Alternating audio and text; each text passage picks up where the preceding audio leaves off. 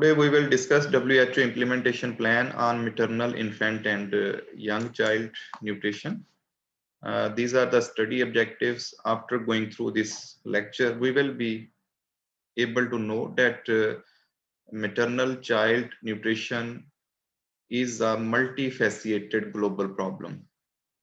तो ये एक अकेला सेक्टर इसको हैंडल नहीं कर सकता, बड़ा एक कम्प्लेक्स किस्म का इशू है और इसमें चैलेंजेस जो हैं वो डिफरेंट टाइप्स के हैं, ठीक है। और बाज दफा चैलेंजेस जब हम इनका इंटरवेंशनल सॉल्यूशन लेके आते हैं तो उनकी इम्प्लीमेंटेशन भी इफेक्टिव नजर नहीं आती। बाज दफा हम कहते हैं ना कि छोटे लेवल पे ये काम करके हम चेक करते हैं और हम कहते हैं कि बड़ा वर्क कर रहा है, लेकिन जब हम उसको लार्ज स्केल पे लेके जाते हैं तो वहां पे फिर वो वर्क नहीं करता या इतना एफिशिएंटली जो है ना वो एक्शन नजर नहीं आता। तो पहला क्वेश्चन जो इसमें से हमें समझ आएगा वो इस चीज के बारे में होगा कि maternal, infant and young child nutrition के हवाले से किस किस्म के चैलेंजेस जो हैं वो ग्लोबली एग्जिस्ट करते हैं और फिर इन चैलेंजेस को हल करने के लिए जो एक्शंस एग्जिस्ट करते हैं वो इफेक्टिव क्यों नहीं है, ठीक है। तो पुअर इफेक्टिवनेस उनकी किस वजह से है, पहला हमारा क्वेश्चन ये होगा। सेकंड जो है फिर हम WHO ने कुछ ऑब्जेक्टिव्स, टारगेट्स और टाइम फ्रेम दिया है और कुछ एरियाज में इम्प्रूवमेंट जो है वो सजेस्ट की है। ये वही एरियाज हैं जिनके अंदर हमें चैलेंजेस नजर आते हैं। Currently we have huge number of low birth weight babies, stunting, wasting is widely prevalent, breastfeeding rates are very low, anemia भी बड़ी हाई साइड पे और डेवलप्ड कंट्रीज के अंदर ओवरवेट के प्रॉब्लम्स हैं। इवन ओवरवेट एंड ओबेसिटी की जब हम बात करते हैं तो अब डेवलपिंग कंट्रीज के अंदर भी ये प्रॉब्लम आना शुरू हो गया है और हम वर्ड यूज करते हैं double burden of mall nutrition, यानी एक तरफ हमें न्यूट्रिशनल डिस्क्रिपेंसीज, जो डेफिशिएंसीज हैं उनके प्रॉब्लम्स आ रहे थे, तो दूसरी तरफ ओवर न्यूट्रिशन की वजह से, पुअर डाइटरी लाइफस्टाइल की वजह से भी प्रॉब्लम्स आना शुरू हो गए हैं। और ये डेवलपिंग कंट्रीज के अंदर ये डायलेमा है कि वो अभी एक तरह का मसला हल नहीं कर पाए थे और एक और तरह का चैलेंज है उनको आ गया है। तो अब ये 6 एरियाज यहाँ पे डिफाइन किए गए। इन 6 एरियाज के अंदर हम देखेंगे कि WHO ने ऑब्जेक्टिव्स क्या सेट किए हैं और उन ऑब्जेक्टिव्स के टारगेट्स जो हैं वो कैसे डिफाइन किए हैं और उन टारगेट्स को अचीव करने के लिए क्या टाइम फ्रेम दी है, ठीक है। तो ये इनकी स्ट्रेटेजी जो है ना, इसके बारे में हम बात करेंगे।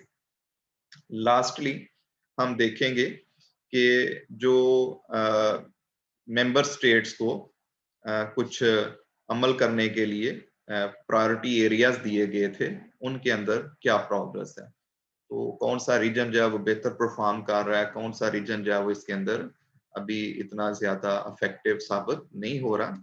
और जो टारगेट एरियाज जो डिफाइन किए गए थे मेंबर स्टेट्स के लिए, उसमें एक ये भी था कि हमने सपोर्टिव इन्वायरमेंट क्रिएट करना है, चाहे इसके लिए हमें लेजिस्लेशन करनी पड़े, हमें न्यूट्रिशन पॉलिसीज जो हैं वो डिफाइन करनी पड़े। तो जैसे पाकिस्तान की बात करें तो अभी तक हमारी न्यूट्रिशन पॉलिसी एग्जिस्ट नहीं करती, ठीक है। ये एक बहुत बड़ा डायलेमा है कि हम न्यूट्रिशन को तो इम्प्रूव करना चाहते हैं, लेकिन इसके बारे में हमारा कोई डॉक्यूमेंट जो है वो ऑफिशियल एग्जिस्ट नहीं करता कि जिसके अंदर रोड मैप जो है वो दिया जाए। तो स्पोर्टिव इन्वायरमेंट के हवाले से हम बात करेंगे कि इसमें कौन से कंट्रीज हैं जिन्होंने इसको क्रिएट कर लिया है और कौन से कंट्रीज हैं वो इसमें पीछे रह गए हैं। इसके बाद सजेस्ट किया गया था कि जो हेल्थ इंटरवेंशंस हैं उनको इफेक्टिव किया जाए, जो एग्जिस्टिंग हेल्थ इंटरवेंशंस हैं उनको ज्यादा इफेक्टिव बनाया जाए और उनके अंदर न्यूट्रिशन का एलिमेंट जो है ना वो शामिल किया जाए। इसको हम कहते हैं न्यूट्रिशन सेंसिटाइज करना, न्यूट्रिशन सेंसिटिव्स बनाना। हम बाकायदा इसके बारे में डिटेल से आपके साथ एक दो लेक्चर जो है वो कर चुके हैं कि न्यूट्रिशन सेंसिटिविटी कैसे हम इन्हांस कर सकते हैं। इसके बाद जो पॉलिसीज और प्रोग्राम्स जो हैं वो एग्जिस्ट करते हैं उनको स्टिमुलेट करना, ठीक है, और उनके अंदर भी न्यूट्रिशन का एलिमेंट जो है उसको इंक्रीज करना। तो एक सेकंड एलिमेंट जो है वो इफेक्टिव हेल्थ इंटरवेंशंस की बात कर रहे हैं, और जो थर्ड एलिमेंट है वो उन पॉलिसीज और प्रोग्राम्स की बात कर रहा है कि जो डायरेक्टली तो हेल्थ सेक्टर में नहीं पाए जाते, they are outside the health sector and they recognise and include the nutrition. तो उनको हमने कैसे जो है वो डेवलप करना है या स्पीड अप करना है। सेकंड लास्ट हम देखें तो फिर रिसोर्सेज की बात की जाती है, ह्यूमन डेवलपमेंट की, फाइनेंशियल रिसोर्सेज की। तो इस बारे में भी गवर्नमेंट्स की कमिटमेंट होनी चाहिए कि we will provide the funding, और इसके अलावा जो इंटरनेशनल फंडिंग एजेंसीज हैं वो इसमें क्या रोल प्ले कर सकती हैं। और लास्टली मॉनिटरिंग एंड एवेल्युएशन। किसी भी चीज की जो प्रोग्रेस है उसको हम असेस नहीं कर सकते जब तक उसकी मॉनिटरिंग और एवेल्युएशन को हम डॉक्यूमेंट ना करें। तो ये 5 जो है ना वो प्रायोरिटी एरियाज थे जिनको ज्वाइंटली जो है ना वो मेंबर स्टेट्स ने इम्प्लीमेंट करना था। These areas were identified by WHO in the document given which we are going to discuss today। और इनके अंदर फिर हम कंट्री वाइज और रीजनल वाइज जो है ना इनकी फेट देखेंगे। तो ये 3 किस्म के इसमें डिस्क्रिप्टिव टाइप के क्वेश्चंस जो है ना वो एग्जिस्ट करते हैं। तो let's start from the first one कि जो मैटरनल चाइल्ड और इन्फेंट न्यूट्रिशन है ये एक मल्टी फेसिएटेड कह लें कि ग्लोबल प्रॉब्लम है। तो ये कैसे मल्टीफेसिएटेड ग्लोबल प्रॉब्लम है, ठीक है। तो इंडिकेटर्स हम आपके साथ कुछ शेयर करेंगे। ये रियलिटी है भाई, ये न्यूट्रिशन इन फर्स्ट 1000 डेज या जिसको हमने विंडो ऑफ अपॉर्चुनिटी का नाम दिया था, वहां पे हमने इन चीजों को बड़ी डिटेल से पढ़ा है कि भाई एडिक्वेट न्यूट्रिएंट्स जो है ना वो बड़े इंपॉर्टेंट हैं। और स्पेशली अर्ली लाइफ जो होती है ना, जिसको जब बच्चा जो है वो न्यूनेट से इन्फेंट और फिर चाइल्ड वाली स्टेज में से गुजरता है, तो उस वक्त इनकी ज्यादा रिक्वायरमेंट है और ये क्रिटिकल है for the physical and mental development, और इसके साथ साथ लॉन्ग टर्म हेल्थ, जो कि जिसके साथ फिर उस कंट्री की जो प्रोडक्टिविटी है वो भी एसोसिएटेड होती है। पुअर अवेलेबिलिटी और एक्सेस टू फूड जिन कंट्रीज में पाई जाती है या जिन इंडिविजुअल्स में पाई जाती है किसी कंट्री के अंदर, वहां पे फिर डिफरेंट टाइप के जो है वो न्यूट्रिशनल प्रॉब्लम्स जो है वो अपीयर होना शुरू हो जाते हैं। तो एक चैलेंज क्या है कि अवेलेबिलिटी और एक्सेसिबिलिटी का इशू है। फूड इनसिक्योरिटी जो है वो एग्जिस्ट करती है बहुत सारे कंट्रीज के अंदर, ठीक है। सेकंड नंबर पे ये भी प्रॉब्लम है कि बाज दफा एब्जॉर्प्शन और न्यूट्रिएंट्स का जो मेटाबॉलिज्म है वो इम्पेयर्ड है। तो पॉपुलेशन के अंदर कुछ ग्रुप्स ऐसे पाए जाते हैं कि जिनकी जो जो कुछ भी वो खाते पीते हैं वो प्रॉपरली एब्जॉर्ब नहीं हो पाता और बॉडी का हिस्सा नहीं बन पाता। तो अल्टीमेटली ये दोनों फैक्टर्स जो हैं, चाहे वो फूड की अवेलेबिलिटी और एक्सेसिबिलिटी का इशू है या फूड की impaired absorption and utilisation of nutrients है, इनकी वजह से huge number of global population is suffering from undernourishment. और इनकी अंडर नॉरिशमेंट में जब हम डीपली देखते हैं तो इनके अंदर विटामिन्स मिनरल्स की डेफिशिएंसीज जो है वो पाई जाती हैं। इसी तरह एक दूसरी डायमेंशन भी है भाई, जहाँ पे ओवरवेट और ओबेसिटी जो है ना वो पॉपुलेशन के अंदर तेजी से बढ़ती जा रही है, ठीक है। मीन्स के वहाँ पे अवेलेबिलिटी और एक्सेसिबिलिटी और इकोनॉमिक जो है ना ये चीजें बेहतर साइड पे हैं, तो वहाँ पे लोगों का जो डाइटरी लाइफस्टाइल है उसकी वजह से नॉन कम्युनिकेबल टाइप की जो डिजीजेज हैं वो बड़ी तेजी से राइज कर रही हैं। In women, both low body mass index and short stature are highly prevalent in low income countries। और जो लो इनकम कंट्रीज हैं, डेवलपिंग कंट्रीज हैं, लीस्ट डेवलप्ड कंट्रीज हैं, वहां पे 2 इंडिकेटर ऐसे हैं जिनसे हमें पता चलता है कि वुमेन की हेल्थ जो है वो ठीक नहीं है। तो एक तो भाई इनका BMI लोअर साइड पे, आगे हम बात करेंगे। फर्ज की अब बांग्लादेश की बात करते हैं तो उसमें 40% के करीब ऐसी पॉपुलेशन है वुमेन की कि जिनका BMI जो है ना वो जो स्टैंडर्ड वैल्यू है उससे लोअर साइड पे एग्जिस्ट करता है, ठीक है। तो अल्टीमेटली ये फिर जब मदर वाले प्रोसेस में से ये गुजरती हैं तो फिर लो birth wait babies, pre mature birth, ठीक है, और न्यूनेटल डेथ वाली जो इश्यूज हैं वो ज्यादा नजर आते हैं। शॉर्ट स्टेचर होना भी ये एक दिन का काम नहीं है, ये भी एक इसके पीछे हिस्ट्री नजर आती है कि मुसलसल जो है ना क्रॉनिक बेस पे अगर देखा जाए तो इनको न्यूट्रिएंट्स की सप्लाई जो है वो प्रॉपर नहीं मिल रही और अल्टीमेटली वहां पे स्टंटिंग का प्रॉब्लम है। तो बीएमआई लो होना और स्टंटिंग होना ये वुमेन के अंदर प्रॉब्लम है मिडिल और लो इनकम कंट्रीज के अंदर। अब इनकी वजह से फीटल डेवलपमेंट डिस्टर्ब होती है और स्मॉल फॉर जेस्टेशनल एज का वर्ड हम स्पेशली बोलते हैं। रिस्ट्रिक्टेड जो इंट्रा यूट्राइन ग्रोथ रिस्ट्रिक्शन की वर्ड हम यूज करते हैं वो प्रॉब्लम में ज्यादा नजर आते हैं। इसके अलावा प्रेगनेंसी जो है ना वो प्रॉब्लमेटिक या कॉम्प्लिकेटेड फॉर्म में अपीयर होती हैं जिसमें माँ और बच्चा दोनों की हेल्थ जो है वो कह लें कि रिस्क पे उतरी है और हाई मोर्टेलिटी रेट जो है वो इन कंट्रीज के अंदर मदर का स्पेशली नजर आता है। तो इसके अलावा जो प्रेगनेंसी है उसमें असिस्टेड डिलीवरी का एलिमेंट जो है वो ज्यादा एग्जिस्ट करते हैं। ठीक है, तो ये आउटकम है उस पुअर न्यूट्रिशनल स्टेटस के। कुछ कंट्रीज जैसे साउथ सेंट्रल एशिया, इसकी अगर हम बात करें, more than 10% of women aged और वुमेन ऑफ रिप्रोडक्टिव एज जो भाई ऑफिशियली काउंट होती है वो 15 टू 49 ईयर्स है। तो यहाँ पे देखा गया कि 10% पॉपुलेशन वुमेन की ऐसी है जिनकी हाइट जो है वो 145 सेंटीमीटर से कम है।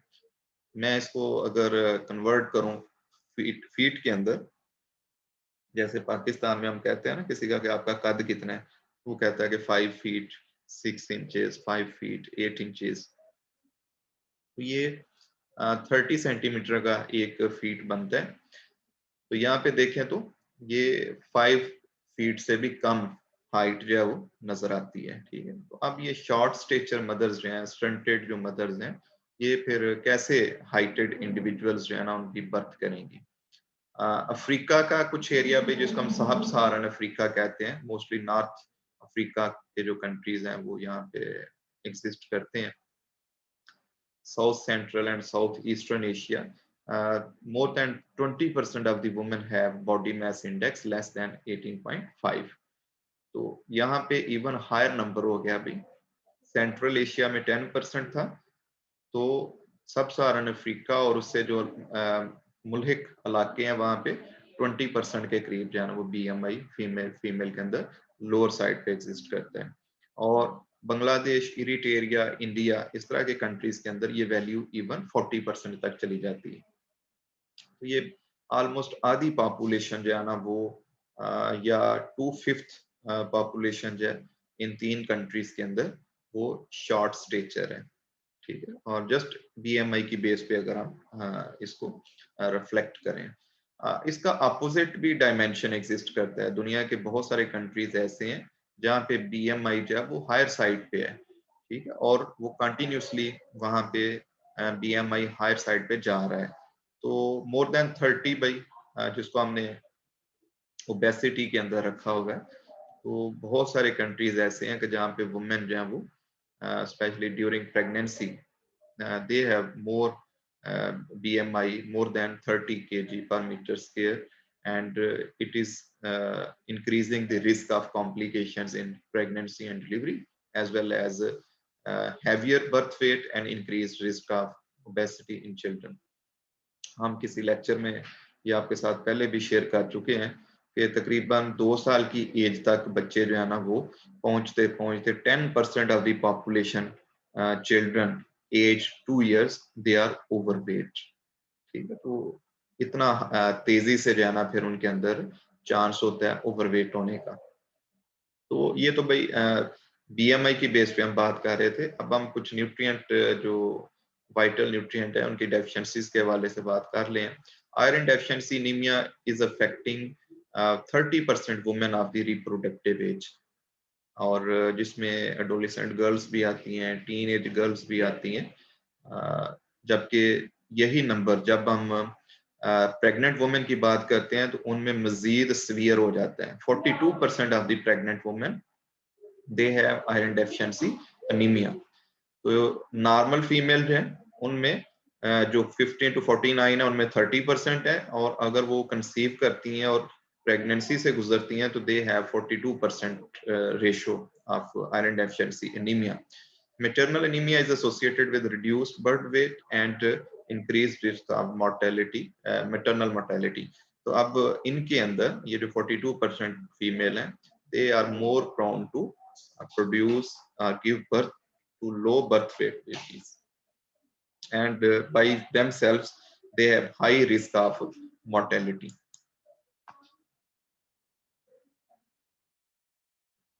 अब इसी हवाले से अगर हम बात करें तो 13 मिलियन के करीब बच्चे ऐसे पैदा हो रहे हैं which are suffering from intra uterine growth restriction, और 20 मिलियन के करीब बच्चे ऐसे हैं which have low birth weight.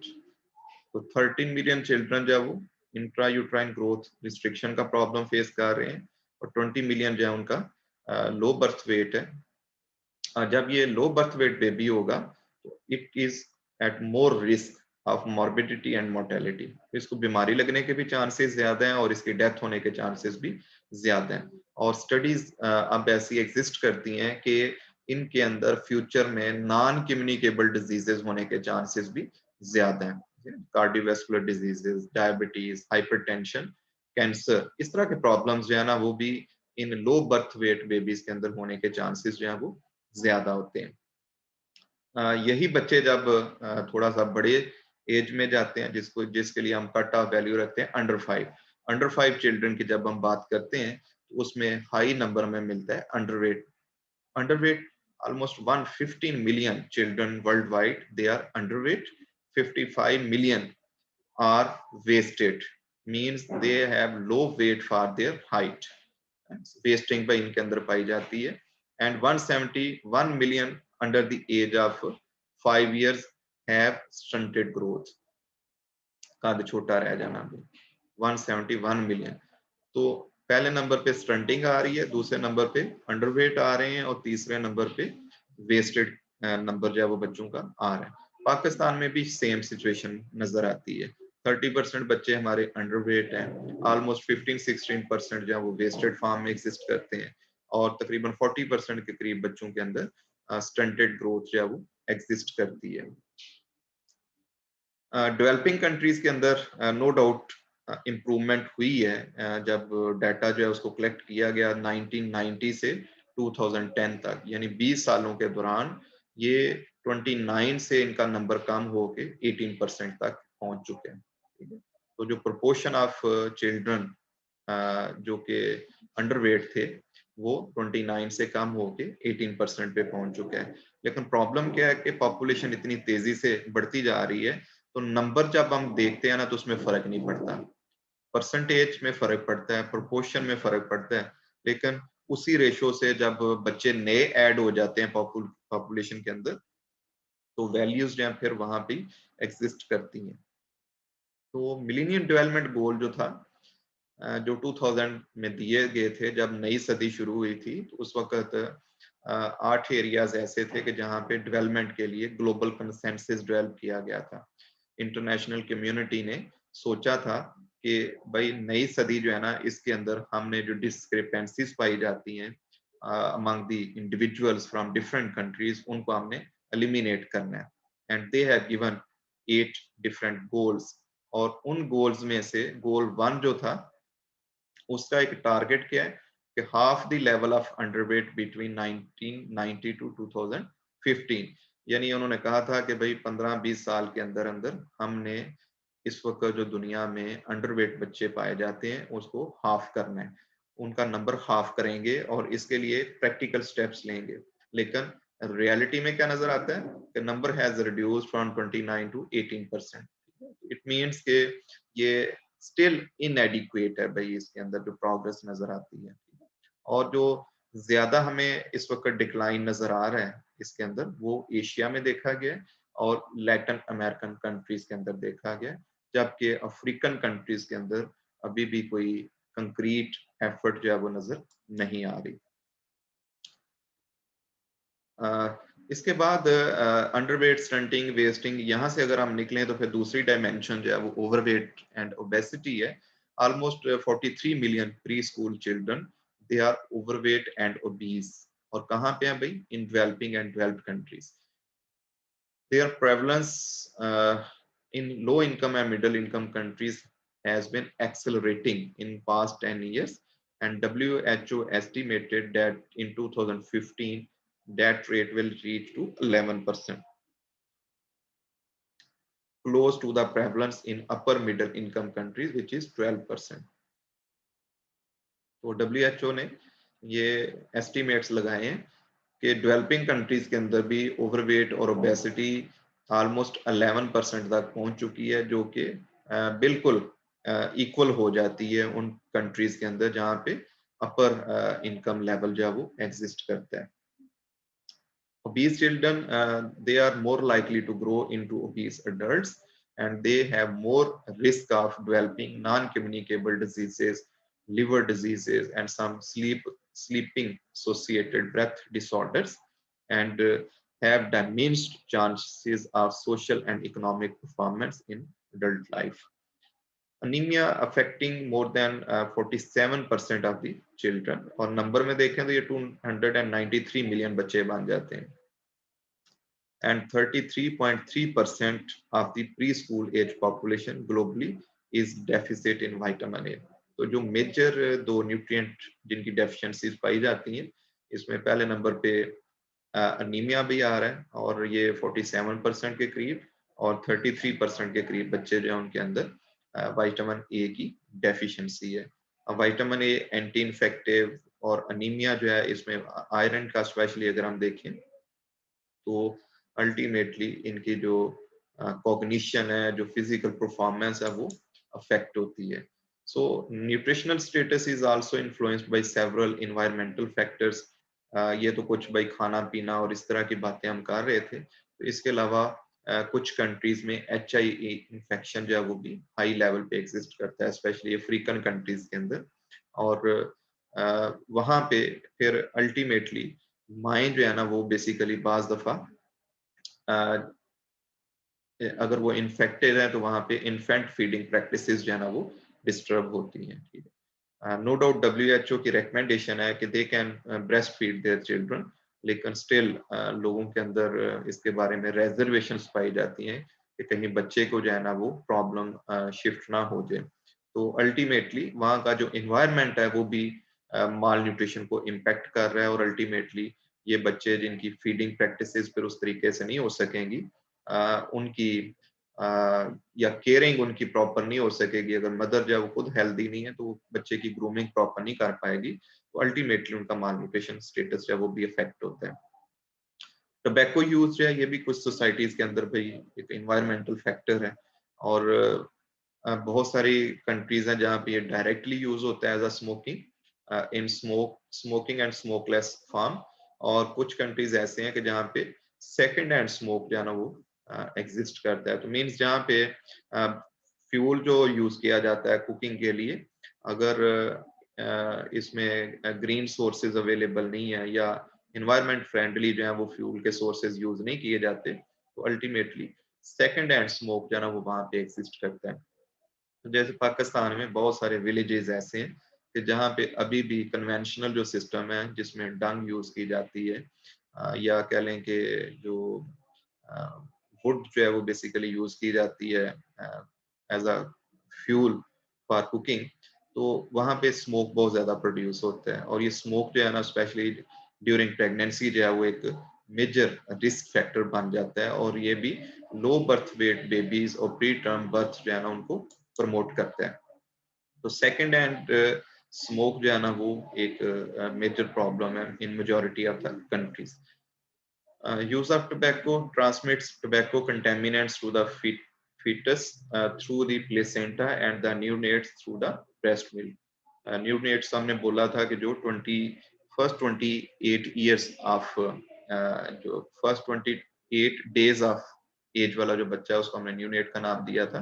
तो पहले ये फीटस को प्लेसेंटा के थ्रू ट्रांसमिट हो रहा होता है, और बाद में मदर फीडिंग के थ्रू जाइए टोबैको का असर जो वो बच्चे तक पहुंचता है, और अल्टीमेटली जो सेकंड इसका नुकसान नजर आता है कि जो रिसोर्सेज टोबैको के यूटिलाइजेशन के ऊपर स्पेंड किए जाते हैं उनको बेटर न्यूट्रिशन के लिए भी यूज किया जा सकता है। ये मैं बाज़ दफ़ा कुछ अगर किसी इंडिविजुअल को देखें ना स्मोकिंग करते हुए, तो उसको मैं कहता हूँ यार आप ये 120, 100, 200 के करीब जो आप फर्ज किया ये स्मोकिंग पे पैसे यूज कर देते हो, तो इनका आप फ्रूट वगैरह खा सकते हो, खुद खा सकते हो या फैमिली मेंबर्स को भी आप दे सकते हो। मेजॉरिटी हमें स्मोकिंग करने वाले इंडिविजुअल्स ऐसे मिलते हैं कि जिनकी इनकम इतनी ज्यादा नहीं होती, ऑलरेडी हैंड टू माउथ होते हैं, और इसके साथ साथ फिर उन्होंने ऐसे शौक पाल रखे हैं कि जिनका कोई हेल्थ के ऊपर पॉजिटिव इम्पैक्ट नजर नहीं आता। More than 2 million children die each year as a result of iron deficiency anemia। एक ह्यूज नंबर है भाई, 20 लाख के करीब बच्चे जो हैं वो सिर्फ आयरन डेफिशिएंसी एनीमिया की वजह से उनकी डेथ हो जाती है। ठीक है, इसी तरह एक ह्यूज नंबर है भाई मिटरनल डेथ की, specially in developing low and middle income countries, जो कि आयरन डेफिशिएंसी की वजह से हो रही है। Maternal and child undernutrition accounts for 11% of the global burden of diseases। तो हम अभी इसमें ओबेसिटी और ओवरवेट को शामिल नहीं कर रहे, अंडर न्यूट्रिशन की बात कर रहे हैं। इसकी वजह से 11% जो है ना वो ग्लोबल जो बर्डन ऑफ डिजीजेज है वो मदर्स और चिल्ड्रन के अंदर एग्जिस्ट करता है। Malnutrition has a negative impact on cognition, school performance and productivity। Stunting and iodine and iron deficiencies combined with inadequate cognition are leading risk factors contributing to the failure of an estimated 200 million children to attain their full developmental potential। तो जब भाई उनका potential जो है वो developmental उसको हम tap नहीं कर पाते फुली, तो अल्टीमेटली फिर वो सोसाइटी के अंदर जो है वो लीस्ट प्रोडक्टिव जो है वो रहते हैं। और ये हमें लीस्ट प्रोडक्टिविटी कहाँ से नजर आती है? अगर हम न्यूट्रिशनल स्टेटस जो है वो इंडिविजुअल्स का बेहतर करने में कामयाब हो जाए, तो 1% increase in adult height is associated with a 4% increase in agricultural wages। यानी 1% अगर अडल्ट हाइट जो है उसको हम इंक्रीज करने में कामयाब हो जाते हैं, तो ultimately there will be 4% increase in agricultural wages. और इसी तरह eliminate anemia would lead to an increase of 5 to 17% in adults productivity। तो ये देखें बेनिफिट्स आना शुरू हो जाएंगे जब हम इन न्यूट्रिशनल जो डिस्क्रिपेंसीज हैं उनको खत्म करने में कामयाब हो जाएंगे। Malnutrition is an impediment या obstacle are covered to the progress towards achieving Millennium Development Goals। और इसमें स्पेशली ये यहाँ पे जो Millennium Development Goals दिए गए हैं इनके अंदर हमें मेजर प्रॉब्लम आ रहा है, जिसमें फर्स्ट वन था कि हमने एक्सट्रीम पॉवर्टी और हंगर को खत्म करना है। तो स्पेशली माल न्यूट्रिशन भी हमें इन कंट्रीज के अंदर ज्यादा नजर आती है कि जहाँ पे पॉवर्टी और हंगर जो है वो ज्यादा एग्जिस्ट करती है। इसके अलावा जहाँ पे एजुकेशन बेस कम है, और टारगेट क्या क्या रखा गया है कि हर बच्चा, नो डाउट ये अब गुजर चुका है भाई बात, अब तो सस्टेनेबल डेवलपमेंट गोल्स जो हैं वो इस वक्त चल रहे हैं, और ये जो मिलेनियम डेवलपमेंट गोल्स थे they are also part and parcel of sustainable development goals. Gender inequality और वुमेन एम्पावरमेंट जो है जब तक ये नहीं की जाती, इसके अलावा जो इन्वायरमेंट और हेल्थ इसके ऊपर अगर हम इन्वेस्टमेंट नहीं करते, we will not be able to reduce the child mortality and improve the maternal health and combat issues related to HIV, AIDS, and in developing countries we are still facing the issues of malaria and some other infectious diseases। Second part भाई इस question का ये था कि no doubt nutrition actions तो exist कर रहे हैं, लेकिन उनको लार्ज स्केल पे अभी जो है वो इम्प्लीमेंट हम नहीं कर पा रहे। तो जब उनकी कवरेज अगर कम है, फर्स्ट के एक कंट्री के अंदर हम कहते हैं कि जी 4 प्रोविंसेस में से एक प्रोविंस के अंदर इम्प्लीमेंट किया जा रहा है, तो अल्टीमेटली फिर बेनिफिट भी उसी रेशो में नजर आता है। सो effective nutrition actions exist but are not implemented on sufficiently large scale। और इसमें हमें अब हम कुछ रिव्यू जो है ना उसमें से गुजरे हैं, तो हमें पता चलता है कि most countries have range of policies and programs on nutrition। बहुत सारे तो ऐसे भी होंगे अभी जिनकी नहीं है, लेकिन majority they have their own nutrition related policies and programmes, but these policies and programmes are inadequate. ठीक है, क्योंकि चैलेंज बड़ा है और उसके हिसाब से जो पॉलिसीज और प्रोग्राम्स एग्जिस्ट करते हैं वो लोअर साइड पे एग्जिस्ट करते हैं। Ultimately they are not producing the expected outcomes और रिजल्ट्स। इसके बाद सेकंड प्रॉब्लम क्या है कि even nutrition policies exist, they have not always been officially adopted. यानी डॉक्यूमेंट की हैसियत तक तो पाई जाती हैं, लेकिन ऑपरेशनल प्लान्स और प्रोग्राम्स जो है वो with clear goals and targets, timelines and deliverables वो नजर नहीं आते। और इनके अंदर even they don't supply specify the roles and responsibilities for those who are involved in their implementation, and also they lack the outcome and process evaluation.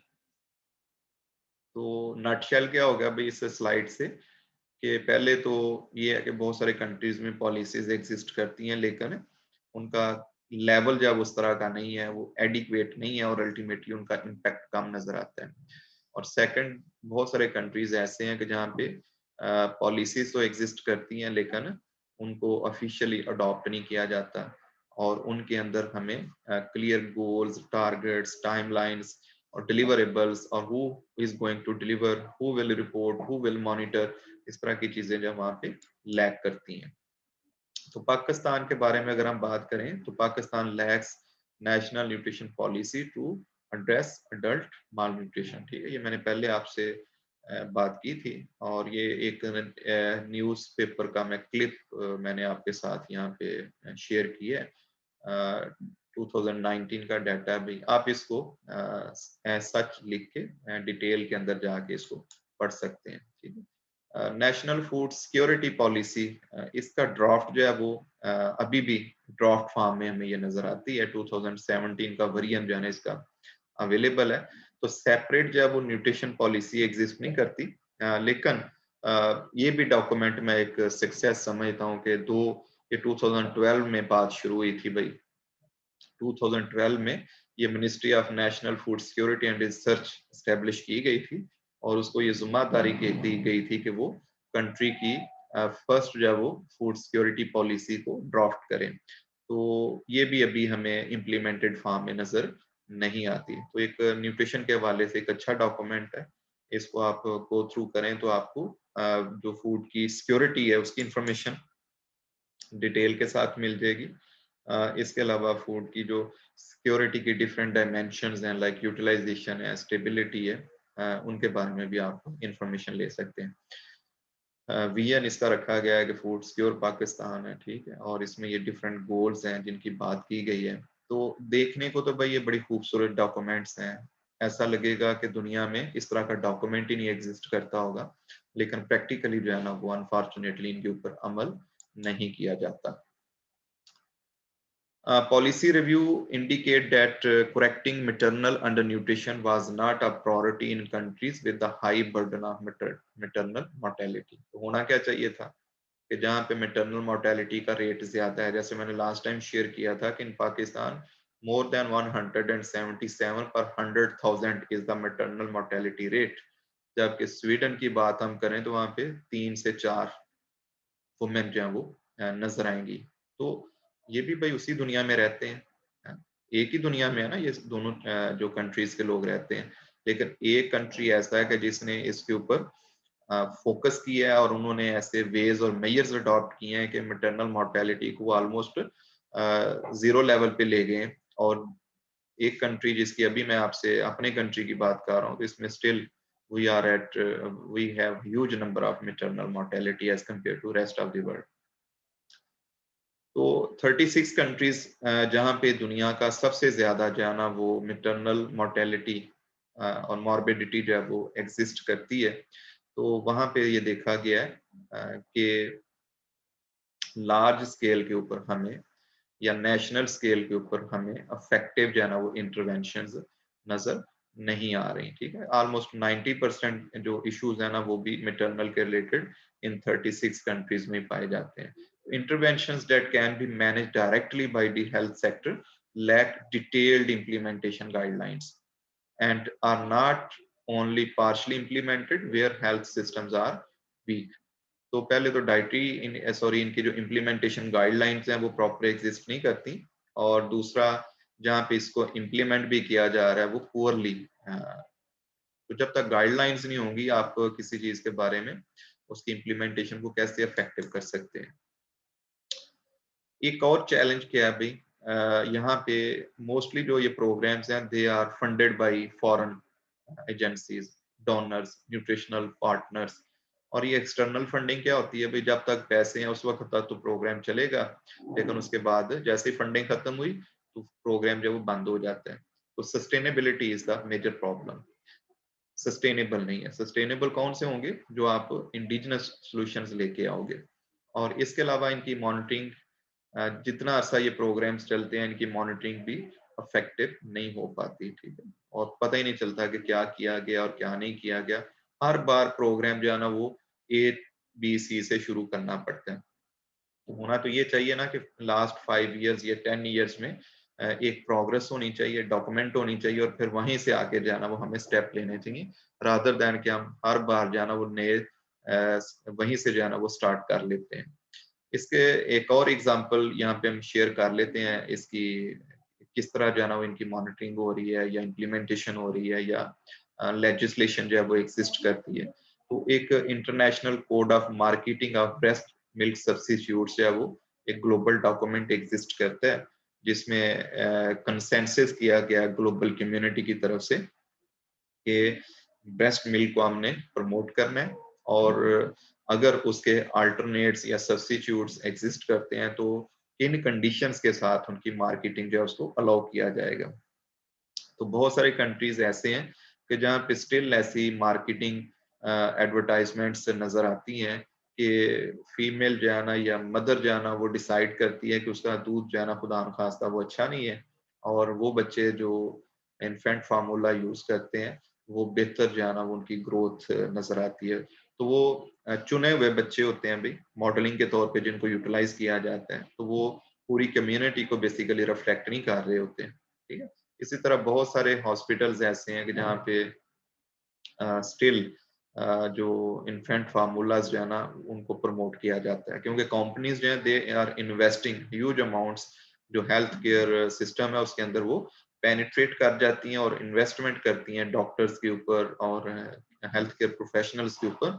Ultimately they are going to suggest और recommend infant formulas to their clients. तो इसके बारे में baby friendly initiative by hospitals कुछ ऐसे इस scheme के अंदर वो शामिल होते हैं कि जहाँ पे डिस्करेज किया जाता है कि उसकी लोकेलिटी में इस तरह की सेल नहीं होगी, और वो उसके जो हेल्थ केयर प्रोफेशनल्स हैं वो रेकमेंडेशन नहीं करेंगे कि इंडिविजुअल्स जो है ना वो इन्फेंट फार्मूलाज की तरफ फोकस करें।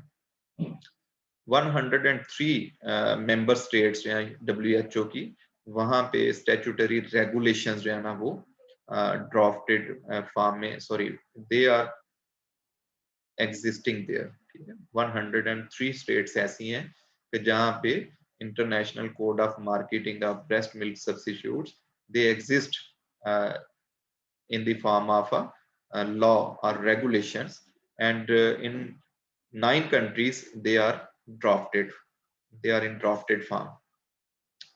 37 member countries rely on voluntary compliance by infant formula manufacturers, ठीक है। वो सिर्फ उनके ऊपर ही डिपेंड कर रहे हैं, उनको कोई रेगुलेट नहीं किया जा रहा, वो अपनी तरफ से ही एक छोटा सा मैसेज है ना, वो आप देखें ना पाकिस्तान में भी जो एडवर्टाइजमेंट्स चलती हैं नीचे एक छोटा सा मैसेज लिखा होता है कि माँ के दूध का निम्बल बदल नहीं है, जो कि पहले ये भी नहीं लिखा जा रहा था। ये पंजाब फूड अथॉरिटी या कुछ इस तरह की जो बॉडीज आई हैं यहाँ पे, उन्होंने इन चीजों को इम्प्लीमेंट करना शुरू करवाया, ठीक है। इवन यहाँ पे तो बहुत सारा जो कह लें कि डेयरी ड्रिंक्स थे उनको दूध की फार्म में सेल किया जाता था।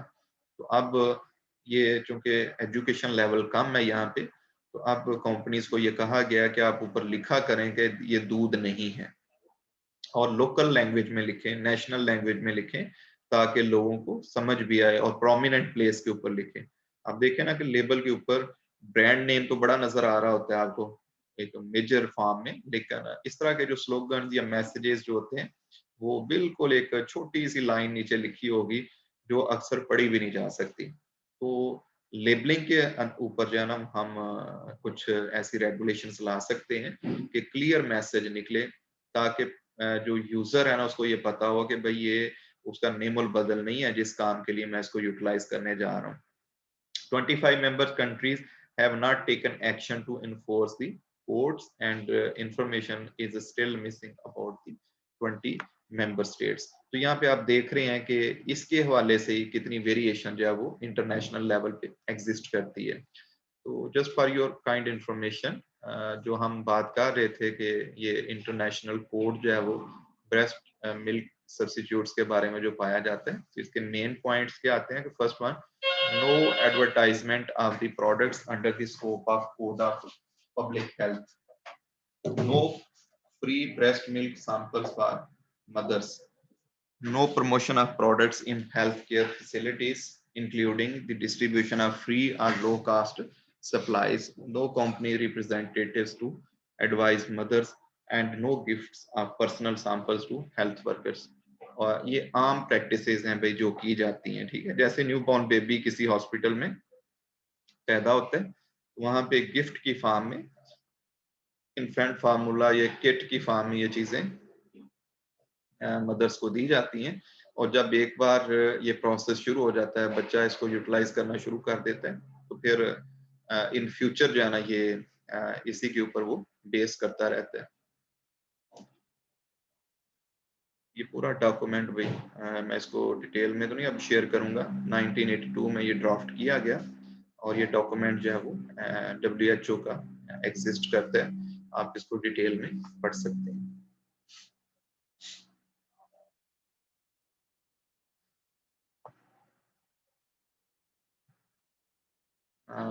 ये जो कह लेंगे कोड जो है वो किन किन चीज़ों को कवर करते हैं, जिसमें फार्मूला मिल्क भी आते हैं, जिसमें जो ट्रीट्स एंड निपल्स आती हैं, बॉटल्स आती हैं, और कोई भी फूड और ड्रिंक जो ब्रेस्ट फीडिंग का सब्स्टिट्यूट्स है, उन सब के ऊपर सेम इंस्ट्रक्शंस जो है वो इम्प्लीमेंट होती हैं। लेबल के ऊपर क्या इंफॉर्मेशन होनी चाहिए, किस लैंग्वेज में होनी चाहिए, ठीक है, ये इस तरह की इंस्ट्रक्शन क्लियर हैं, ठीक है। लेकिन इसके बावजूद जो है वो ग्लोबली इसके ऊपर हमें यूनिफॉर्म इम्प्लीमेंटेशन नजर नहीं आती। जस्ट ये पाकिस्तान का आप देख लें, ठीक है। तो अभी आपको एक स्लोगन नजर आ रहा है कि ये नौमलूद न्यू बॉर्न बच्चों के लिए ग़िज़ाई फार्मूला है, ये कुदरती दूध नहीं है। तो इस तरह के इंस्ट्रक्शंस, फिर ये नीचे देखें, माँ का दूध बच्चे के लिए बेहतरीन ग़िज़ा है, ठीक है। तो ये चीज़ें वक्त के साथ साथ जो है ना वो अब जो इंटरनेशनल ये कोड एग्जिस्ट करता है WHO, जब हम इसकी इम्प्लीमेंटेशन की बात करते हैं तो फिर ये चीज़ें नजर आना शुरू हो जाती हैं। लेकिन स्टिल आपको जो बड़ा मैसेज नजर आएगा वो ब्रांड नेम जो है वो एग्जिस्ट करता है, और इसमें बेनिफिट्स जो बताए जाते हैं कि ये कह लें कि DHA, AHA और कौन कौन सी चीजें भैया आप देखेंगे जो इसके अंदर हेल्थ पॉइंट ऑफ व्यू से जो है वो लिखी हुई हैं। तो बाज़ दफ़ा कम एजुकेशन बेस की वजह से माँ ये समझ लेती हैं कि मे बी ये उनके दूध की निस्बत जो है वो ज्यादा अच्छी चीज है।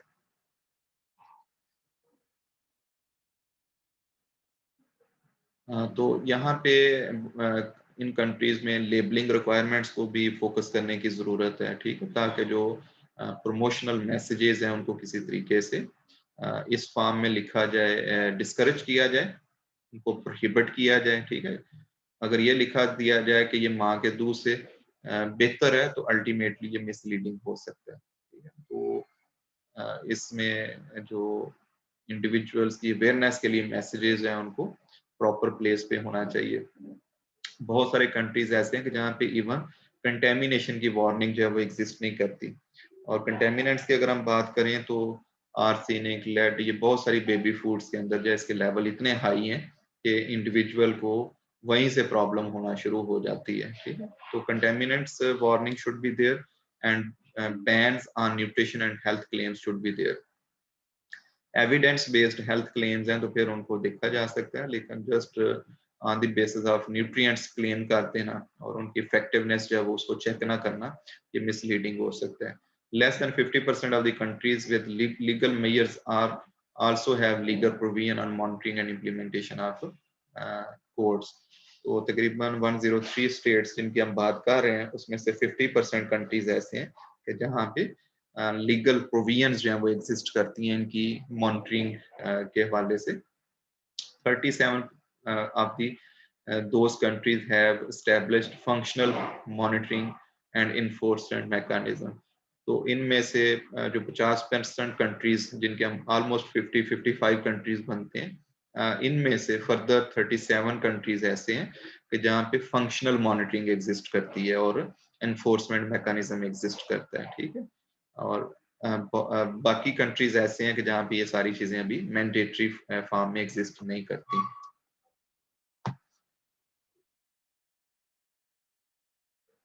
जी,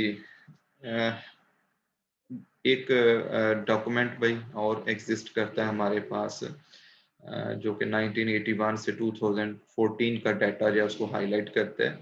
और इस डॉक्यूमेंट के हिसाब से जिसको हम पाहू, 10 अमेरिकन हेल्थ ऑर्गेनाइजेशन का ये डॉक्यूमेंट है, रिव्यू आर्टिकल है. It is indicating that 16 countries have legal measures and 6 of them regulate the implementation of relevant law. तो 16 कंट्रीज ऐसे हैं कि जिनके पास उस एरिया के अंदर लीगल मेजर्स तो एग्जिस्ट करते हैं, लेकिन इम्प्लीमेंटेशन की बात करें तो सिर्फ 6 कंट्रीज ऐसे हैं कि जहाँ पे उनके ऊपर इम्प्लीमेंटेशन या अमल दरामद भी करवाया जा रहा है. इसी तरह यूनिसेफ ने एक स्टडी कंडक्ट की है 2007 में. वो ये बताती है कि 24 countries from west and central African countries half had comprehensive legal measures in place. तो कहने का मकसद ये है कि अगर कोई पॉलिसी एग्जिस्ट भी करती है तो उसकी इम्प्लीमेंटेशन उस लेवल पे नहीं हो रही जिस लेवल पे होनी चाहिए. ठीक है, कवरेज कम है और